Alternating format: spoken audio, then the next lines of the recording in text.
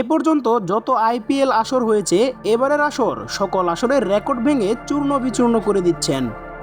গত ম্যাচে শাহরুখ খানের কলকাতা নাইট রাইডার্স 262 রানের টার্গেট দেয় প্রীতি জিন্তার দলকে।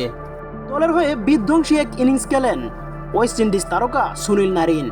তবে কে জানতো কলকাতার এই রেকর্ডকে ভেঙে চূর্ণ বিচূর্ণ করে দেবেন প্রীতির পাঞ্জাব। বল হাতে কোনো বোলারকে আলো ছড়াতে দেখা যায়নি সেই ম্যাচে। জনি ব্যারিস্টো আর ভুল করে কিনা শশাঙ্ক সিং দেখিয়ে দিলেন কিভাবে ব্যাট করতে হয়। ব্যাট হাতে সেদিন আলো ছড়িয়েছেন পাঞ্জাবের ব্যাটাররা। আইপিএল ক্যারিয়ারে অন্যতম এক সেঞ্চুরি তুলে নিলেন জনি ব্যারিস্টো। তার সাথে শেষ অবধি লড়ে গেছেন আরেক ব্যাটার শশাঙ্ক সিং। এই শশাঙ্ককেই নিলামের সময় ভুল করে নাকি কিনেছিলেন প্রীতির দল পাঞ্জাব। পরে অবশ্য তা চেঞ্জ করার চেষ্টাও করেছিলেন তারা, কিন্তু তাতে ব্যর্থ হয়েছিলেন। তবে কে জানতো সেই ছেলেটাই এখন দলের অন্যতম সেরা কাণ্ডারি হয়ে যাবেন। কলকাতার দেওয়া 262 রানের টার্গেট অতিক্রম করেন 8 উইকেট হাতে রেখেই।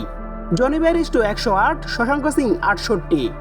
দুজনের এই অনবদ্য ইনিংসে জয় পেয়ে যায় প্রীতি জিন্তার দল কিংস ইলেভেন পাঞ্জাব।